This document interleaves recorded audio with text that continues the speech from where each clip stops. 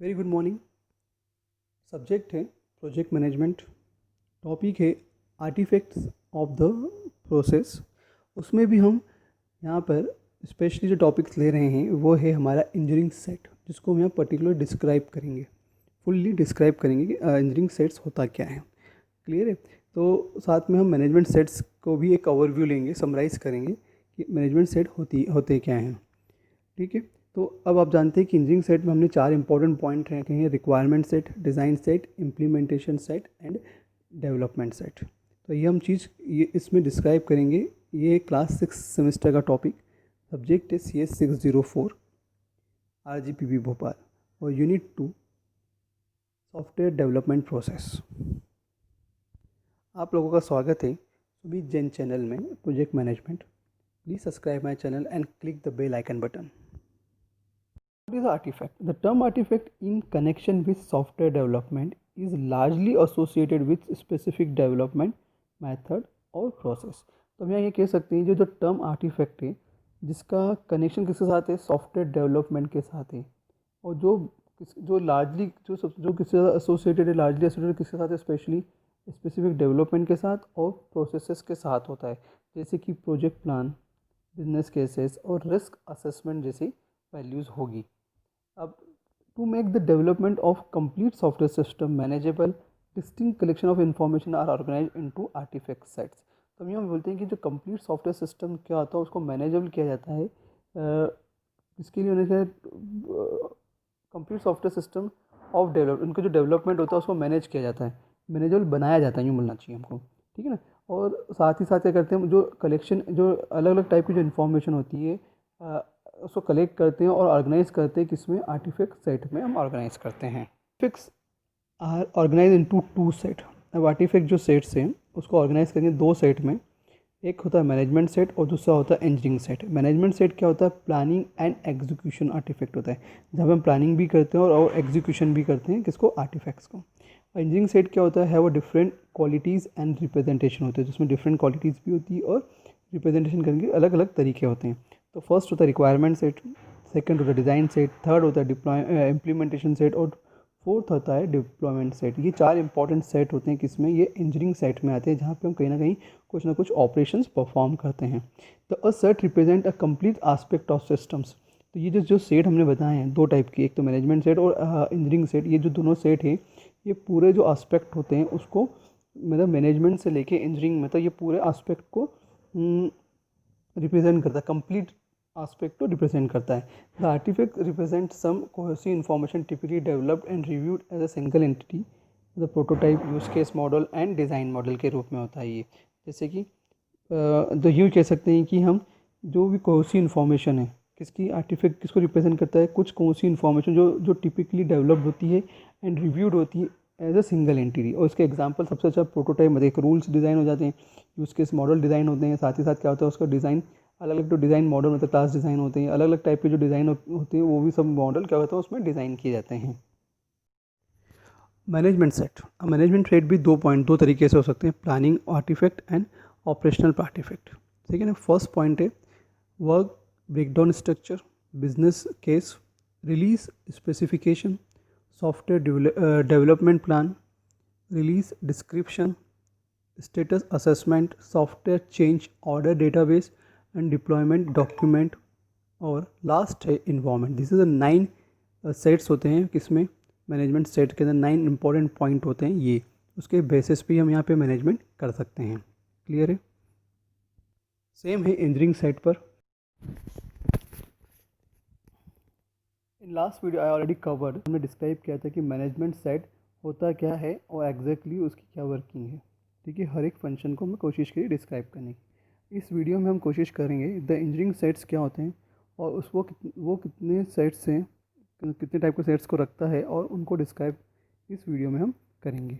तो engineering sets, the engineering set consist of the requirement set, the design set and the implementation set and the deployment set. Requirement set first. Requirement artifacts are evaluated, assessed and measured through a combination of the following. अब requirement set क्या होता है, artefact क्या करता है, evaluate करता है, assess करता है एंड मेजर करता है through the combination of the following. अब जो नीचे जो उसको कुछ पॉइंट दिए कॉम्बिनेशंस के, उनके बेसिस पे क्या करता है वो इवेल्यूएट भी करेगा, असेस भी करेगा और मेजर भी करेगा। फर्स्ट पॉइंट है एनालिसिस ऑफ कंसिस्टेंसी, किसका एनालिसिस, कंसिस्टेंसी की वो कंसिस्टेंस है या नहीं with the release specification of management set. किसके बेसिस पे करेगा, जो रिलीज स्पेसिफिकेशन से मैनेजमेंट सेट का उसके साथ मिलकर एनालिसिस करेगा, इसका फर्स्ट पॉइंट।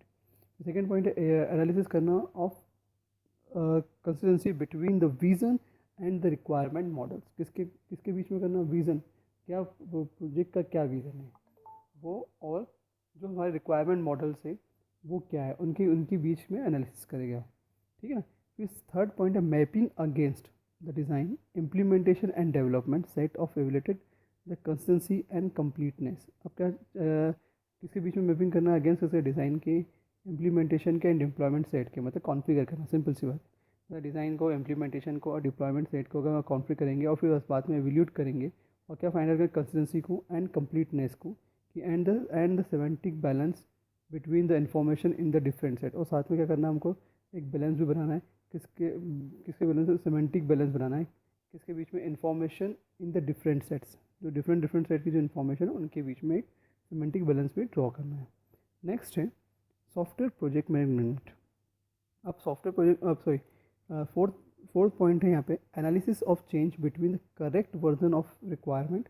अब जो भी हम किसका क्या एनालिसिस ऑफ चेंजेस का मतलब क्या होता है, हम जो current version of requirement artifact है वो साथ में, और प्रीवियस वर्जन्स मतलब स्क्रैप, रीवर्क और डिफेक्ट एलिमिनेटेड ट्रेंड्स हैं, उनके बीच में क्या करेंगे, एनालिसिस करेंगे।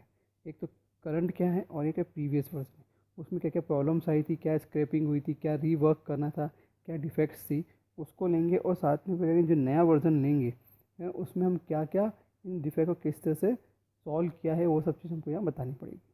ठीक है। लास्ट पॉइंट है इसमें subjective review of other dimension of qualities, और साथ में सब्जेक्टिव रिव्यू भी करेंगे अलग अलग डायमेंशंस लेके, जिससे उसकी क्वालिटी मेंटेन रहे। हर एक पॉइंट पे सब्जेक्टिव रिव्यू भी करना पड़ेगा। नेक्स्ट है डिज़ाइन सेट्स। अब डिज़ाइन सेट्स क्या होता है, अब डिज़ाइन सेट सेकंड पॉइंट है इसका इंजीनियरिंग सेट का। तो इसमें करेंगे डिज़ाइन सेट में UML notation is use to engineer the design models for the solution. सबसे पहले हम क्या करेंगे, एक एसआरएस डिज़ाइन करना है, और जो भी एक डॉक्यूमेंटेशन करेंगे, डॉक्यूमेंटेशन के अंदर जो भी बताएंगे डिज़ाइनिंग वाले पार्ट को यूएमएल के थ्रू डिज़ाइन करेंगे, नोटेशन के through. Design set contents varying level of abstraction, अलग अलग टाइप के एब्स्ट्रैक्शन से जो रिप्रेजेंट करने के होते हैं the component of the solution space. ठीक है। देयर आइडेंटिटीज़ क्या है, एट्रीब्यूट्स क्या है, स्टैटिकल रिलेशनशिप क्या है, डायनेमिक इंटरेक्शंस क्या है, ये सब चीज़ आपको बतानी पड़ेगी through UML notation. The design set is evaluated, assessed and measured through a combination of the following. First, analysis of the internal consistency and quality of the design model. पहला किसका analysis करना, इंटरनल कंसिस्टेंसी का, और साथ में design model की quality का भी हमको एनालिसिस करना पड़ेगा। सेकंड है analysis of consistency with the requirement model, किस साथ करेंगे, कंसिस्टेंसी को रिक्वायरमेंट मॉडल के साथ एनालिसिस करेंगे। फिर थर्ड है ट्रांसलेशन करना into implementations and deployment sets and notations. For example, traceability, source code generation, complication linking to evaluate the consistency and completeness and the semantic balance between the information of the set. तो यहाँ किसकी बात करें, semantic balance की बात करें। ऊपर वाले केस में हमने बात की सेमेंटिक की नहीं बात करते, हमने ऊपर भी हमने सेमेंटिक बैलेंस की ही बात की थी, बट वो साथ में क्या बोला था, between information in the different set बोला था। ठीक है, बैलेंस बिटवीन, जबकि हम किसकी बात कर रहे हैं, balance between the information in the set. ठीक है। अब analysis of change between the current version of the design model and previous versions, same वही, किसके बीच में एनालिसिस का करना ऑफ चेंज, किसके बीच में, current version of the design and models and the previous version of the model. अब subjective review करना है of other dimension of qualities, अलग अलग डायमेंशंस के बेसिस पे हम उसकी क्वालिटी का सब्जेक्टिव रिव्यू करेंगे। नेक्स्ट है implementation set. The implementation set include करता है सोर्स कोड्स को, किसकी बात कर रहे हैं हम, सोर्स कोड की बात करें। पहले वाले केस में डिज़ाइन सेट में यूएमएल डायग्राम की बात कर रहे हैं, एसआरएस के अलग अलग नोटेशन थे, स्टेट डायग्राम बनाना था हमको, सिक्वेंशियल डायग्राम, एक्टिविटी डायग्राम, अलग अलग टाइप के डायग्राम बनाने के, ये डेटा फ्लो डायग्राम भी हमने डिज़ाइन किया है, इस पॉइंट पर बनता है। उसके बेसिस पे हमको ये क्लियर हो जाता है कि हमको क्या क्या चीज़ बनानी है और किस तरह से हमको डिज़ाइन करनी है और क्या क्या पॉइंट पे हमको क्या प्रॉब्लम आ सकती है, वो सब वही चीज़ वो सब एक्टिफाई हो जाएगी। अब यहाँ क्या इम्प्लीमेंटेशन सेट्स की बात कर रहे हैं, यहाँ पे किसकी बात हो रही, सोर्स कोड को इंक्लूड कर रहा है जिसमें प्रोग्रामिंग लैंग्वेजेस नोटेशंस का यूज़ करें। अब यहाँ पे प्रोग्रामिंग लैंग्वेज नोटेशंस के लिए आप कुछ भी ले सकते हैं, C++, जावा, मशीन लर्निंग या सो मेनी, जो भी करेंगे जो लैंग्वेजेस है उसका हम यूज़ कर सकते हैं। The presentations, the tangible implementation of component, their forms, interface and dependency relationship. यहाँ किसको बताना है, उसके फॉर्म को, उसके इंटरफेस को और उसके डिपेंडेंसी रिलेशनशिप के बारे में हमको क्लियर होना चाहिए। Implementation sets are human readable format. एक जो इम्प्लीमेंटेशन सेट क्या होता है, एक प्रकार से ह्यूमन रीडेबल फॉर्मेट होता है जो डेट आर इवेल्यूटेड होगा, एसेस्ड होगा एंड मेजर्ड होगा through a combination of the following: analysis of consistency with the design models. Analysis जो कंसिस्टेंसी हो किसके साथ होगी, डिज़ाइन मॉडल के साथ होगी। जो हमने डिज़ाइन मॉडल बनाया है वहाँ पे उसकी ये प्रोग्रामिंग सही हो रही है या नहीं, जिसकी कोडिंग सही हो रही है या नहीं, यहाँ बताएगा। Translation and to deployment set notations, for example compilations and linking, evaluate the consistency and completeness among the artifact sets. Next point है assessment of component structure और executable files। किसे असेसमेंट करना है, कंपोनेंट सोर्सेज का और साथ में या फिर एग्जीक्यूटिव फाइल का, जो अगेंस्ट होंगे relevant evolution criteria through actual result. ठीक है, किसके फीचर्स में होगा ये, ऑटोमेटिकली जो बोलते हैं जो against relevant execution evolution criteria through inspections, analysis, demonstration और टेस्टिंग। ठीक है, ये चीज़ होगी। Execution of stand alone component test cases, जो डेट ऑटोमेटिकली कंपेयर होगा expected result with actual result. जो आप चाहते थे, जो एक्सपेक्टेड रिजल्ट है और एक्चुअल रिजल्ट के बीच में क्या होगा, चेक किया जाएगा कि जो आप चाह रहे हैं वो सही है या नहीं है। ठीक है, analysis of changes between the current version of the implementation set and previous version of the implementation set. किसी बीच में होगा, करंट और इम्प्लीमेंटेशन सेट के बीच में होगा। Subjective review of the other dimension of quality, यहाँ पे भी सब्जेक्टिव रिव्यू किया जाएगा अदर डायमेंशन ऑफ क्वालिटी का। Deployment set, the deployment set include करता है यूज़र डिलीवरेबल्स को एंड मशीन लैंग्वेज नोटेशन। यहाँ दो इंपॉर्टेंट पॉइंट है, एक तो जो यूज़र डिलीवर मतलब यूज़र को हम जो डिलीवर करेंगे वो, और मशीन लैंग्वेज नोटेशंस की बात करेंगे। अब एग्जीक्यूटिबल सॉफ्टवेयर की बात करेंगे, साथ ही बिल्ड करेंगे script, installation script and executable largest specific data necessary to use the product in the target environment. Deployment set are evaluated, assessed and measured through a combination of the following. First is testing, against the image scenarios and quality attribute to defined in the requirement set of evaluate the consistency and the completeness and the semantic balance between the information in the two set.